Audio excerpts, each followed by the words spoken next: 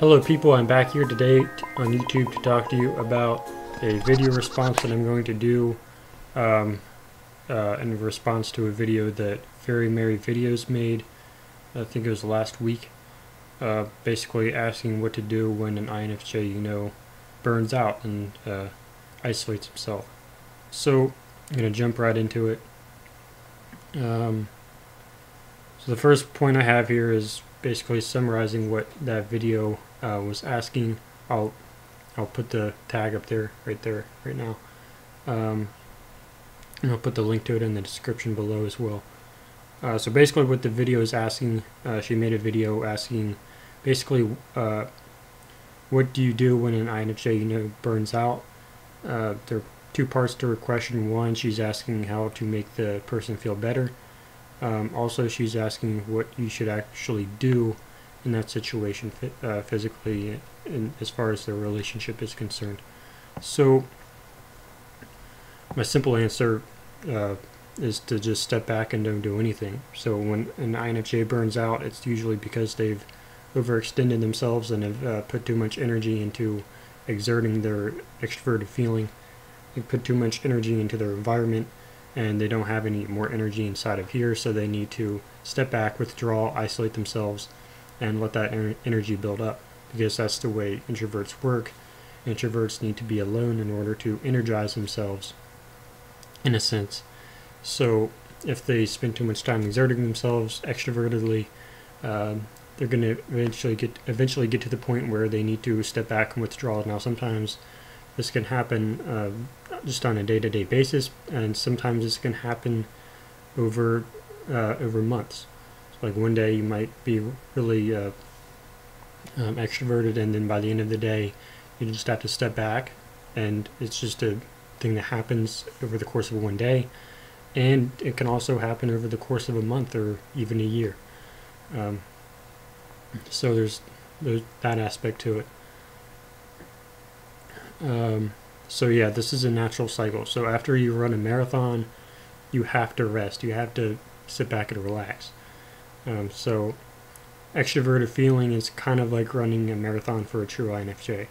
When you keep exerting yourself into that environment, you are using up all that energy, and at some point that energy is going to run out, and you're just going to have to sit back and relax and isolate yourself. That's just the way it works.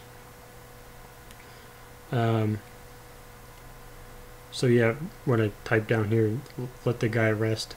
Don't call him. Don't text him. The reason I say that is just if it's clear that the guy's trying to withdraw, trying to isolate himself, if he's not responding to text, if he's not calling you back or whatever, don't keep calling him. Don't keep texting him that he's trying to send you a message. Don't try to invade that territory, invade that isolation. If he's not responding or whatever, if he's making it clear through social signals that he doesn't want to talk to you, don't keep exerting yourself. Don't try to violate that space. So let him introvert away and let him regain his strength. So, and I think that's what a lot of people in the comments on that video were saying as well. So that's basically my response to the question in and of itself. I have a couple concerns about the nature of the video, so I'll lay out those two concerns, and then I'll bring it back to a conclusion by the end of the video. So concern number one, the way you describe the guy, I'm assuming you're talking about Josh, the guy you've had in several of your videos, Mary. So the way you describe Josh makes it sound like you are kind of projecting yourself onto him. You speak of his energy the way he would think about things in a very, very detailed manner, which makes me kind of think that you might be projecting yourself onto him. Just the way you speak about him, you had like a 3-minute description of the way he felt, and I couldn't help but feel like you were describing the way you felt, the way you went about things. Just because of the nature of in which you describe it, it just made it kind of feel like you might not be looking at him as much as you are looking into yourself. So make sure, I'm not saying that you are doing that, I'm just saying that that's what it looked like to me. So make sure that you're looking at him for who he is, and not for, and make sure that you're not looking at him and seeing yourself and applying everything you know about yourself to him, because people are different. I mean, I don't personally think he's an INFJ, but that's besides the point. Regardless of what his type is, regardless of what your type is, everyone's different. And I certainly don't think you're the same type. So even Jungian typology wise, you're very different. So yeah, make sure that you're focusing on who he is and not who you are, and make sure that you're looking at his cues, trying to understand his psychology, and make sure you're not projecting your own psychology onto him and treating him in the way you would want to be treated rather than the way he would want to be treated. So that's my first concern. My second concern, so at one point in the video, I think it's in the middle somewhere, you say that you want the guy to feel amazing, like he is worthy, like he's good enough, all that kind of stuff. So I personally come from a unique background. It gives me a different perspective that most people don't have. I don't want people to tell me that I'm a good person. It's true, I don't want people to think that I'm a great person, really, because if I achieve that status, there would be nothing more to work towards.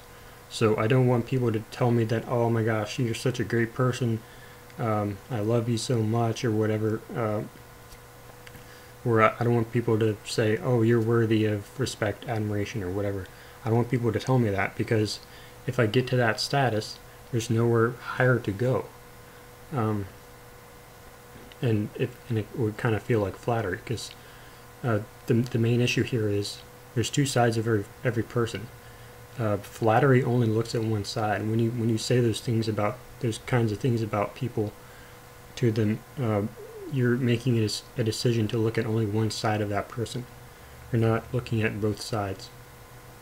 I'm not saying it's wrong to look at that one good side of the person, but to only look at that one good side of the person, I think isn't very meaningful and helpful, at least for a true INFJ. It's borderline flattery. It doesn't work for a true INFJ or someone like me.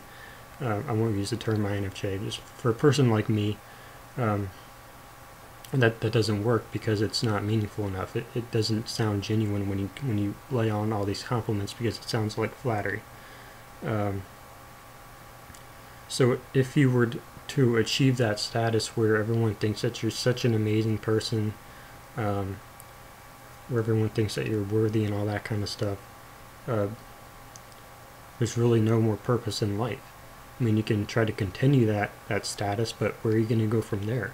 I mean, I want someone to tell me that you're good here, but you're also not so good here, so this is what you can do to work towards to climb that ladder to be an even better person. I don't want someone to just tell me that I'm a good person as it is right now.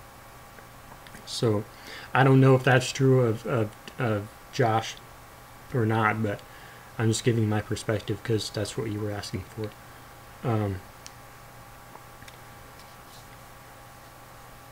So I don't want people to think that that's who I am, because that's not who I am. I want people to know who I really am. I don't want people to think that I'm just a good person, because there's also a bad person in me too that I'm working to make better.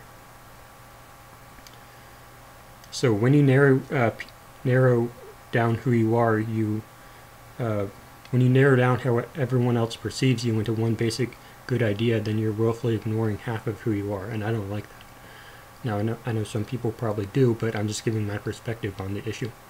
So those are my two concerns. So my point in all of this, if the guy is burned out, if he's an INFJ, or even if he's not an INFJ, if he's some other type, regardless of MBTI, if it's clear that the guy is socially extrovertedly burnt out, don't try to force him to talk to you, especially if he's giving you signals that he doesn't want to talk. Now that doesn't mean he doesn't like you, it just means that he needs to spend some time alone, like every other introvert in the world. So leave him alone, don't flatter him. Now there is a time for flattery, but well, there might be, there might not be, but don't just keep laying on the flattery thick. That doesn't work for really anyone, I don't think, except for narcissists possibly. And also take the time to think about who this guy is without the bias of who you are. Look at him for a unique individual person, and don't make sure that the way you perceive yourself isn't being projected onto him unjustly. So that's all I have for this video. I hope that helped. I probably didn't, but that's just my perspective. You asked for it, so that's the best I can do. So yeah, I hope that maybe helped someone. It probably didn't, but yeah, that's all I have for today. So today, the day I released this is Sunday, so my next video will be on Tuesday. I'm not sure what it's going to be on yet, but I probably will by the time that Sunday actually rolls around, because right now, of course, it is Friday, because I have a regular upload schedule now. Sunday, Tuesday, Thursday, finally got it to roll off my tongue. So yeah, 8 a.m. Sunday, Tuesday, and Thursday every morning on those days, 8 a.m. Eastern. So yeah, subscribe, like the video. I don't really think there's much to debate about here, but if you have comments, write them below. And so yeah, that's all I have for today. I hope this helped. Goodbye.